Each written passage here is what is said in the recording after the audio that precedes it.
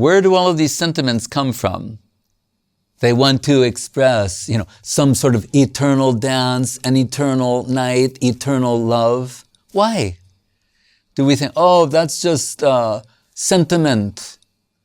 No, it's the real innate sentiment of the soul. It's what the soul is hankering for. The eternal night, the eternal love, the eternal dance. It's the rasa dance.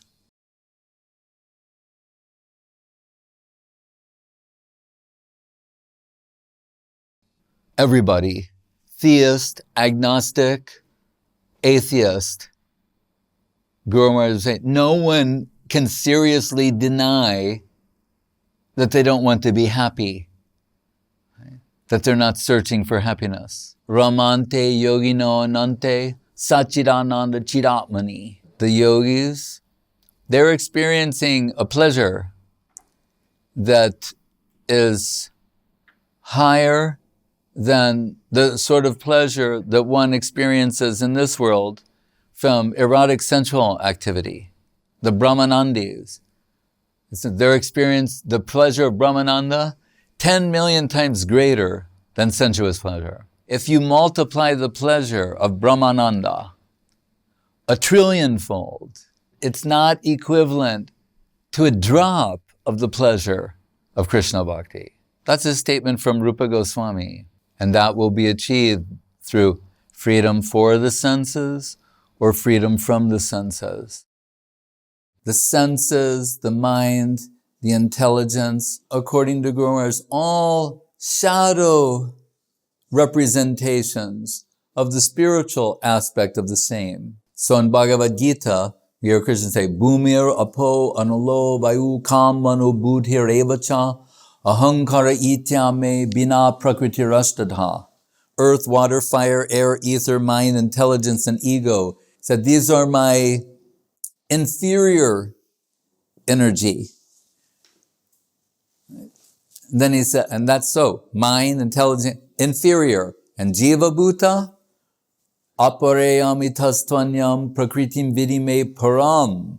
Jiva is a para prakriti, superior energy to all of those things. So that means the mundane mind, the mundane intelligence, these mundane elements, they're covering jiva. But jiva in her pristine glory has mind, intelligence, senses, everything. Without controlled senses, there's no question of spontaneous love. We'll project that our experience of mundane love, we'll project that as being, we'll impose that idea on spontaneous love of raga bhaktas, and that's an offense against divinity, to think these pastimes are mundane, like the mundane affairs between men and women. The stranglehold that the mundane erotic principle has upon the heart can only be broken by the beauty, charm, and sweetness of Krishna conception.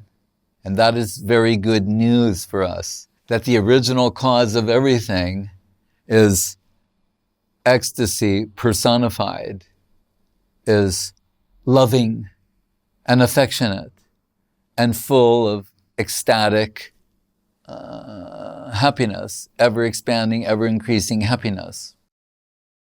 And that we connect with that. What are we told? Hrishikena Hrishikesha Sevanam Bhakti Ruchite.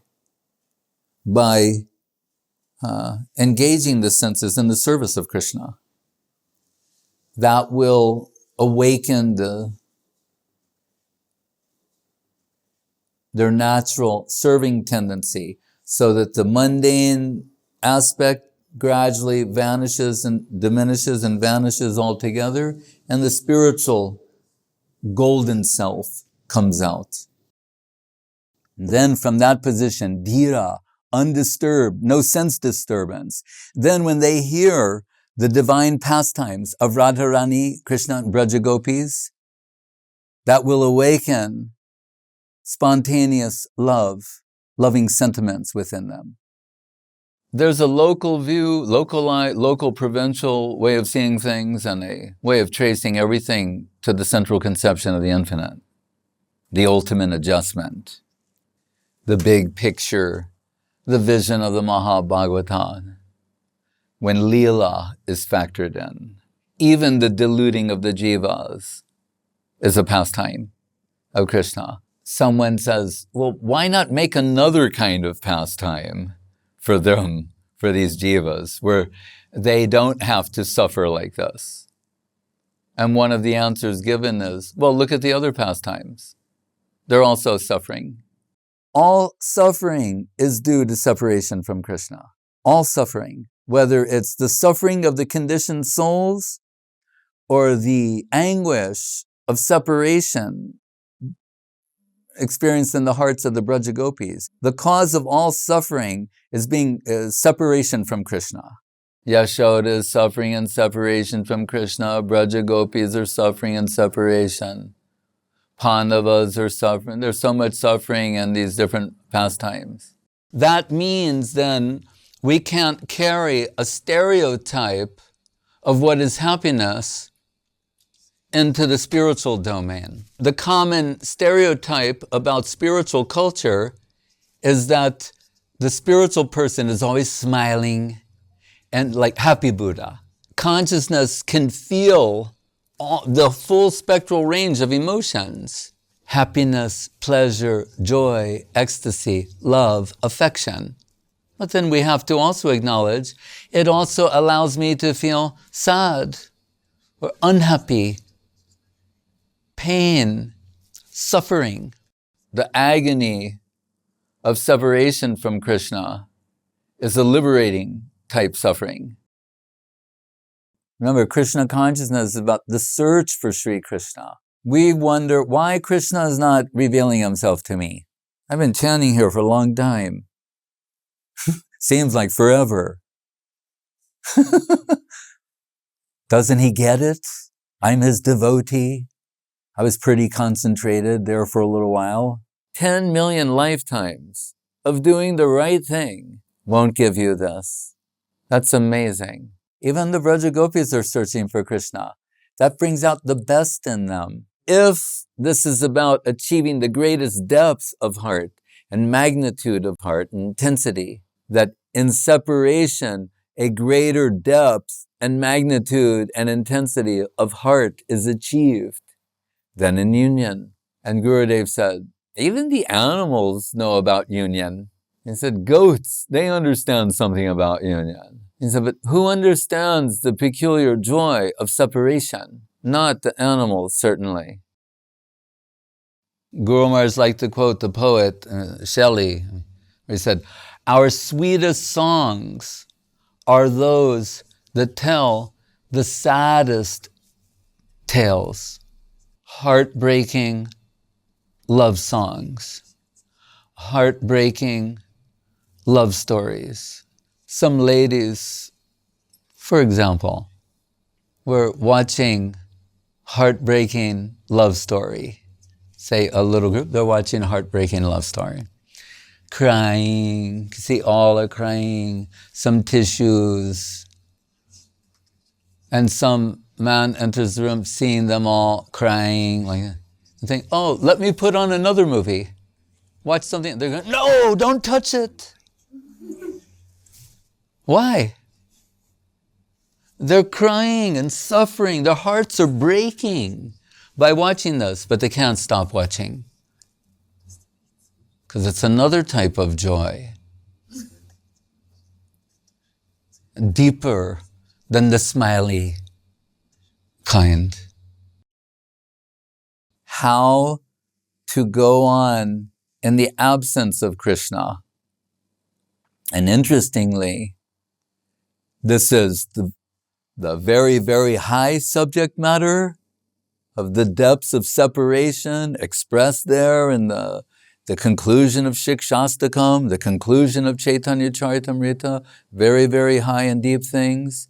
But miraculously, mysteriously, it's also relevant to those in the aspiring position. A darshan. how to pursue Krishna consciousness in the apparent absence of Krishna, in the apparent absence of Krishna consciousness. It's the critical point. That's the real test for devotees. Crude example. Sometimes people do this in playing with children. Lovers might even do it, but let's stick with children. They put them temporarily into some anxiety, like a naughty uncle or something. They hide them and and then they go, see, I'm here. They want to see them in that intense state of desperation. Why is Krishna not revealing himself to me? And Vishwanath says, actually he could, but he knows you're capable of more. And he knows the heart that you have, your real heart, your full heart, is capable of so much that he's holding back to get you to go to that deeper region of heart. Because he's Bhavagrahi Janardana, Bhav consumer. He knows your real heart, but it's on a deeper level, and he's like, he's tempted to accept what you're giving now, but gonna hold off and wait for the real stuff. The deep heart connect, the deep heart's core. What will be expressed from there? Guru Maharaj said, if you can be honest and acknowledge your lack of Krishna consciousness, that you have no devotion, but you have no other shelter, he said, then you just might be a devotee. Hankering means you're separated from that object for which you hanker. That hunger is the purchase price of Krishna consciousness.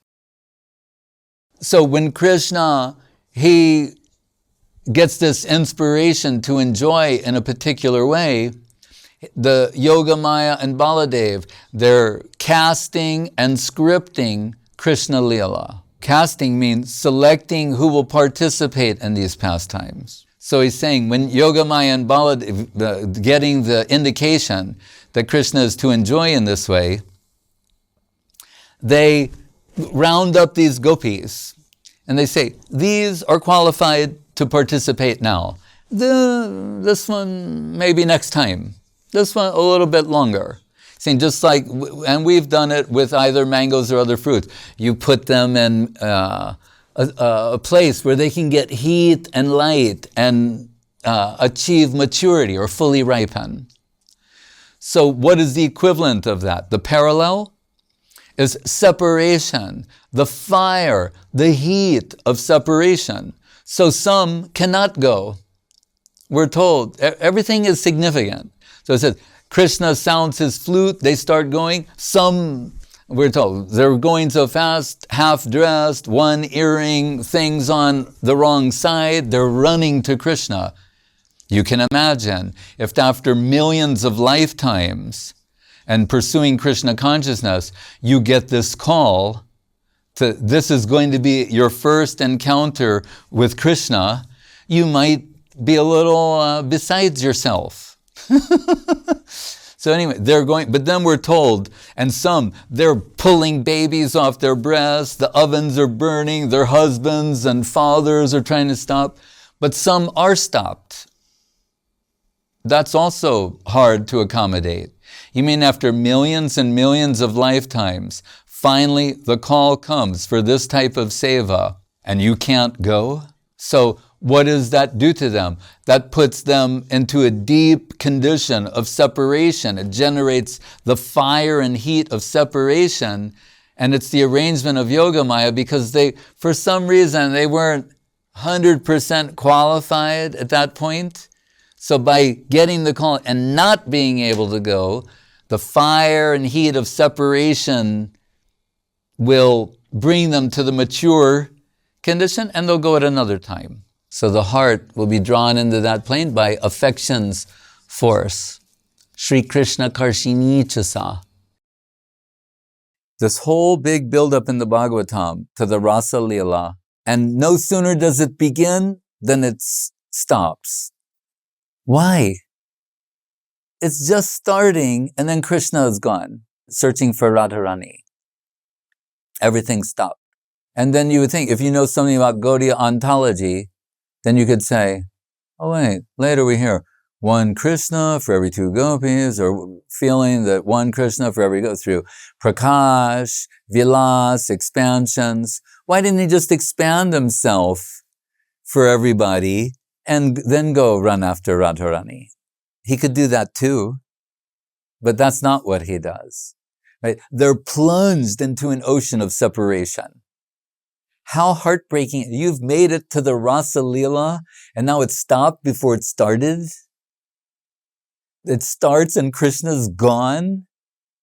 Is that some kind of a trick or cruel thing to do? Maybe in some instances, after millions and millions of lifetimes, millions of creations, they've made it to that point and Krishna vanishes? What kind of Lord are we searching for?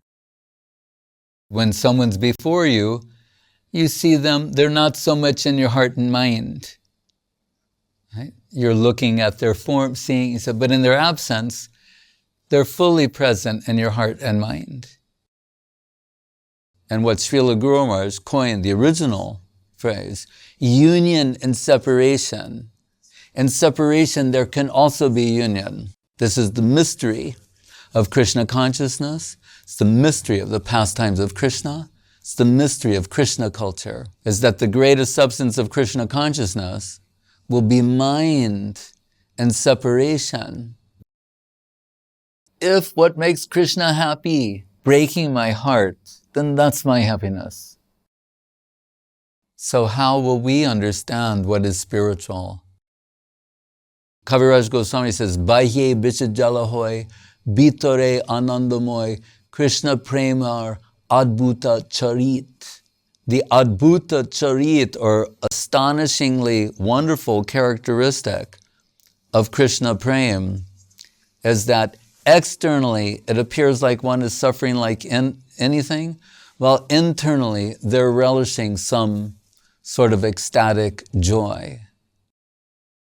Vishwanath says, Krishna is saying, if at that time, when they're at the depths of separation, the peak of that longing and hankering, if I then appear, then we'll have a Rasa Leela.